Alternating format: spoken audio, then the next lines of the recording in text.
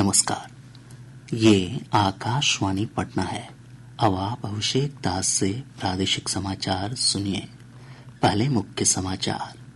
सर्वोच्च न्यायालय ने अपने एक महत्वपूर्ण फैसले में कहा, सरकारें सभी निजी संपत्ति पर कब्जा नहीं कर सकती हैं। राज्य की 4 विधानसभा सीटों बेलागंज, इमामगंज, तरारी और रामगढ़ उपचुनाव के लिए राजनीतिक दलों का प्रचार अभियान हुआ तेज। लोक आस्था के महापर्व छठ का 4 दिवसीय अनुष्ठान आज से नहाय खाए के साथ शुरू। कल होगा खरना का अनुष्ठान। और जानी मानी लोक गायिका शारदा सिन्हा की स्थिति गंभीर। प्रधानमंत्री नरेंद्र मोदी ने ली लोक गायिका के स्वास्थ्य की जानकारी। अब समाचार विस्तार से। सर्वोच्च न्यायालय ने अपने एक महत्वपूर्ण फैसले में कहा है कि सरकारें सभी निजी संपत्ति पर कब्जा नहीं कर सकती हैं। न्यायालय ने यह भी कहा कि कुछ खास संसाधनों को ही सरकार सामुदायिक संसाधन मानकर उनका उपयोग आम लोगों के हित में कर सकती है। प्रधान न्यायाधीश डी.वाई. चंद्रचूड़ की अध्यक्षता वाली 9 सदस्यों की पीठ ने 1 के मुकाबले 8 मतों के बहुमत से यह व्यवस्था दी।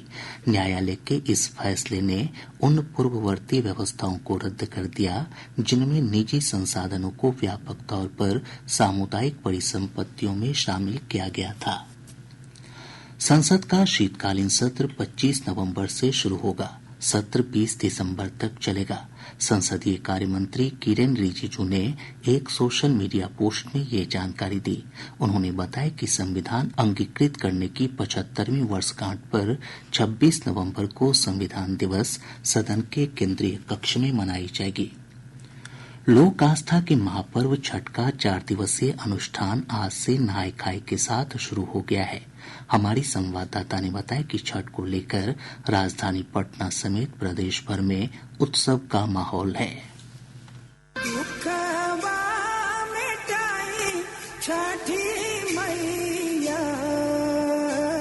छठ व्रतियों ने आज अरवा चावल, चना दाल और कद्दू की सब्जी बनाकर उसे प्रसाद के रूप में ग्रहण किया। छठ व्रती कल खरना का अनुष्ठान करेंगे। खरना के बाद छठ व्रतियों का 36 घंटे का निर्जला उपवास प्रारंभ होगा। छठ व्रती भगवान भास्कर को पहला अर्घ्य 7 नवंबर को जबकि दूसरा अर्घ्य 8 नवंबर को देंगे। इधर छठ घाटों की साफ सफाई और घाटों पर अन्य सुविधाएं उपलब्ध कराने के लिए जिला प्रशासन के साथ विभिन्न स्वयंसेवी संस्थाएं और आम लोग भी जुटे हुए हैं। इस बार पटना में 102 गंगा घाटों के अलावा 63 तालाबों और 45 पार्कों में अर्घ्य देने की व्यवस्था की गई है। समाचार कक्ष से कल्पना झा।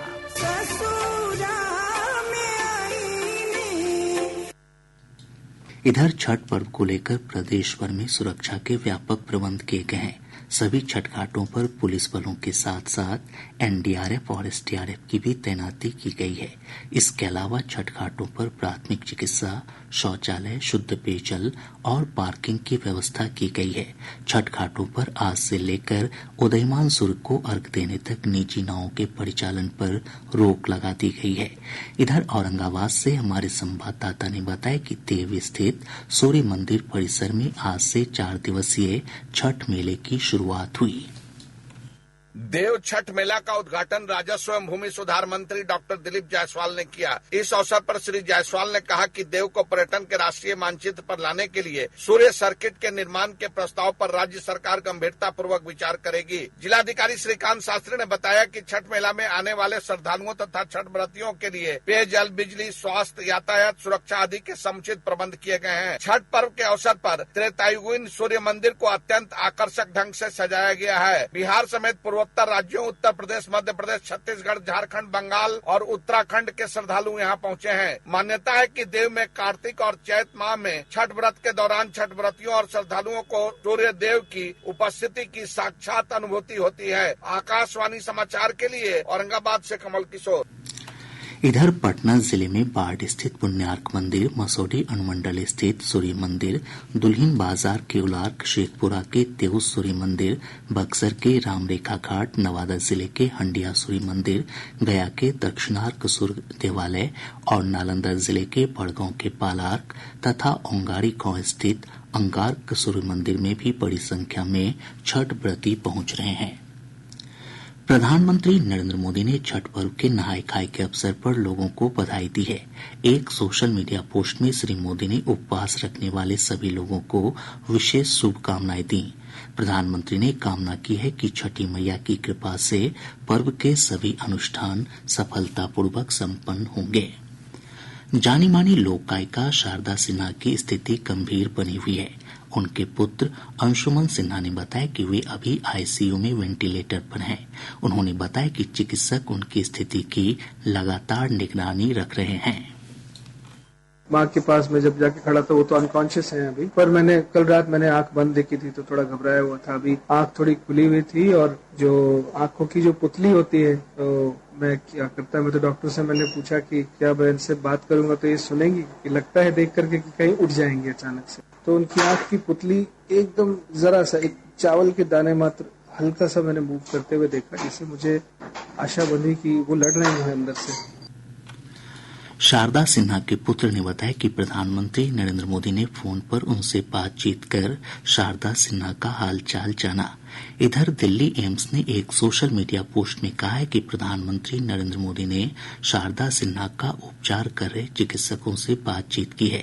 श्री मोदी ने शारदा सिन्हा के शीघ्र स्वस्थ होने की कामना की है। इस बीच केंद्रीय मंत्री गिरिराज सिंह और चिराग पासवान ने एम्स जाकर शारदा सिन्हा का हालचाल जाना। शारदा सिन्हा पिछले 10 दिनों से दिल्ली एम्स में भर्ती हैं। कल शाम तबीयत अधिक खराब होने के बाद उन्हें प्राइवेट वार्ड से आईसीयू में शिफ्ट किया गया था। छठ व्रतियों ने शारदा सिन्हा के जल्द स्वस्थ होने की कामना की है।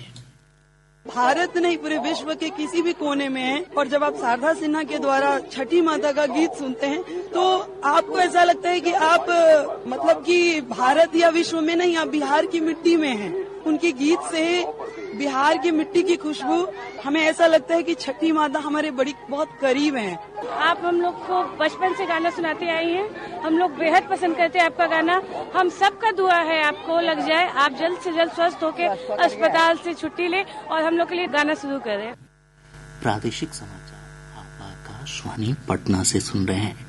ताज़ा समाचारों के लिए आप हमारे एक्स हैंडल AIR News _ पर जा सकते हैं। राज्य की 4 विधानसभा सीटों बेलागंज, इमामगंज, तरारी और रामगढ़ उपचुनाव के लिए राजनीतिक दलों ने प्रचार अभियान तेज कर दिया है। भाजपा, जदयू, हिन्दुस्तानी अवाम मोर्चा समेत एनडीए के सभी घटक दल अपने प्रत्याशियों की जीत सुनिश्चित करने के लिए लगातार जनसभाओं का आयोजन कर रहे हैं। वहीं इंडिया गठबंधन की ओर से भी राजद, कांग्रेस और वाम दलों के नेता चुनाव प्रचार अभियान चला रहे हैं। इन सीटों पर 13 नवंबर को मतदान होना है। राज्य के 4 विधानसभा क्षेत्रों तरारी, इमामगंज, रामगढ़ और बेलागंज में उपचुनाव के लिए 13 नवंबर को मतदान होगा। आकाशवाणी समाचार इन सभी विधानसभा क्षेत्रों पर विशेष श्रृंखला का प्रसारण कर रहा है। आज की कड़ी में सुनिए बेलागंज विधानसभा क्षेत्र पर हमारे संवाददाता की ये रिपोर्ट। बिहार के जिन 4 विधानसभा सीटों पर उपचुनाव हो रहा है उसमें सबसे रोचक और कड़ा मुकाबला बेलागंज सीट पर दिख रहा है। यहां से कुल 14 उम्मीदवार चुनावी मैदान में हैं। एनडीए में सीट बंटवारे के तहत बेलागंज सीट जदयू के खाते में आई है। पार्टी ने यहां से पूर्व विधान पार्षद मनोरमा देवी को अपना उम्मीदवार बनाया है। वे जदयू के पूर्व नेता बिंदी यादव की पत्नी हैं। वहीं राजद से विश्वनाथ कुमार सिंह चुनाव मैदान में हैं। वे जहानाबाद के सांसद सुरेंद्र यादव के पुत्र हैं। प्रशांत किशोर के नेतृत्व वाली जन सुराज ने मोहम्मद अमजद को अपना उम्मीदवार बनाया है। वे इस विधानसभा क्षेत्र से पूर्व में भी चुनाव लड़ चुके हैं। जदयू नेता जहां परिवर्तन, परिवारवाद और विकास को मुद्दा बनाकर लोगों के बीच जा रही है, वहीं राजद उम्मीदवार अपने पिता की विरासत को बचाने के लिए जी जान से जुटे हैं। यह देखना काफी दिलचस्प होगा कि कड़े मुकाबले में बेलागंज की जनता किस पर अपना भरोसा जताती है। आकाशवाणी समाचार के लिए गया से धर्मवीर भारती। प्रदेश में 26 नवंबर से 3 दिसंबर के बीच 5 चरणों में होने वाले पैक्स चुनाव के लिए 1 करोड़ 41 लाख मतदाता अपने मताधिकार का प्रयोग करेंगे। बिहार राज्य निर्वाचन प्राधिकार के सचिव पुरुषोत्तम पासवान ने बताया कि चुनाव को लेकर 19,478 मतदान केंद्र बनाए गए हैं। सबसे अधिक पूर्वी चंपारण जिले में 1,354 मतदान केंद्र हैं। श्री पासवान ने बताया कि राज्य भर में 533 मतगणना केंद्र बनाए गए हैं। उन्होंने बताया कि पैक्स चुनाव में 12 पदों के लिए मतदान होगा। राज्य के सरकारी विद्यालयों में कार्यरत शिक्षकों के स्थानांतरण के लिए ऑनलाइन आवेदन 7 नवंबर से लिए जाएंगे। शिक्षा विभाग ने कहा है कि सिर्फ वही शिक्षक स्थानांतरण के लिए आवेदन कर सकते हैं जिन्होंने सक्षमता परीक्षा पास की है या पीपीएससी से नियुक्त हुए हैं। नियोजित शिक्षकों का स्थानांतरण नहीं होगा। शिक्षक ई शिक्षा कोष पोर्टल पर 22 नवंबर तक आवेदन कर सकते हैं। प्रदेश में मौसम शुष्क बना हुआ है। मौसम विज्ञान केंद्र पटना के वैज्ञानिक ने बताया कि अगले 4 से 5 दिनों तक तापमान में किसी विशेष परिवर्तन की संभावना नहीं है। इस अवधि में राज्य के उत्तरी भागों में कुछ स्थानों पर सुबह के समय कोहरा छाये रहने की संभावना है। पूर्वी भाग एवं हिमालय की तराई से सटे हुए भागों में आंशिक रूप से बादल छाए रहने की उम्मीद है, लेकिन मौसम मुख्यतः शुष्क रहेगा। हवा का प्रवाह पूर्वी गति कम, सापेक्षिक आर्द्रता उच्च स्तर पर रहने के कारण गंगा के मैदानी इलाकों अथवा जहां पर नदियां या जलाशय है उसके आसपास हल्की कोहरा या धुंध देखने को मिल सकती है, जिसका प्रभाव खासकर सुबह में क्षैतिज दृश्यता में कमी आने का अनुमान है। भागलपुर जिले के मोहनपुर गंगा घाट पर छठ को लेकर साफ सफाई के दौरान 3 बच्चों की डूबने से मौत हो गई। इस हादसे में 3 अन्य लोगों को बचा लिया गया। सभी मृतक एक ही परिवार के थे। इधर खगड़िया जिले के मुफस्सिल थाना क्षेत्र अंतर्गत संसारपुर मेसौरी में गंडक नदी में नहाने के दौरान डूबने से एक वृद्ध महिला की मौत हो गई। पूर्णिया जिले के डगड़वा से पुलिस ने एक वाहन से भारी मात्रा में शराब के साथ 3 तस्करों को गिरफ्तार किया है। वहीं अररिया जिले के अलग अलग थाना क्षेत्रों से पुलिस ने भारी मात्रा में शराब के साथ 3 तस्करों को गिरफ्तार किया। कैमूर जिले के चैनपुर थाना क्षेत्र के सोनवर्षा गांव में सोमवार की रात हुई एक हत्या के मुख्य आरोपी हरिंद्र सिंह को पुलिस ने हथियारों के साथ गिरफ्तार कर लिया है। और अब अंत में मुख्य समाचार एक बार फिर। सर्वोच्च न्यायालय ने अपने एक महत्वपूर्ण फैसले में कहा, सरकारें सभी निजी संपत्ति पर कब्जा नहीं कर सकती हैं। राज्य की 4 विधानसभा सीटों बेलागंज, इमामगंज, तरारी और रामगढ़ उपचुनाव के लिए राजनीतिक दलों का प्रचार अभियान हुआ तेज। लोक आस्था के महापर्व छठ का 4 दिवसीय अनुष्ठान आज से नहाय खाए के साथ शुरू, कल होगा खरना का अनुष्ठान। और जानी मानी लोक गायिका शारदा सिन्हा की स्थिति गंभीर, प्रधानमंत्री नरेंद्र मोदी ने ली लोक गायिका के स्वास्थ्य की जानकारी।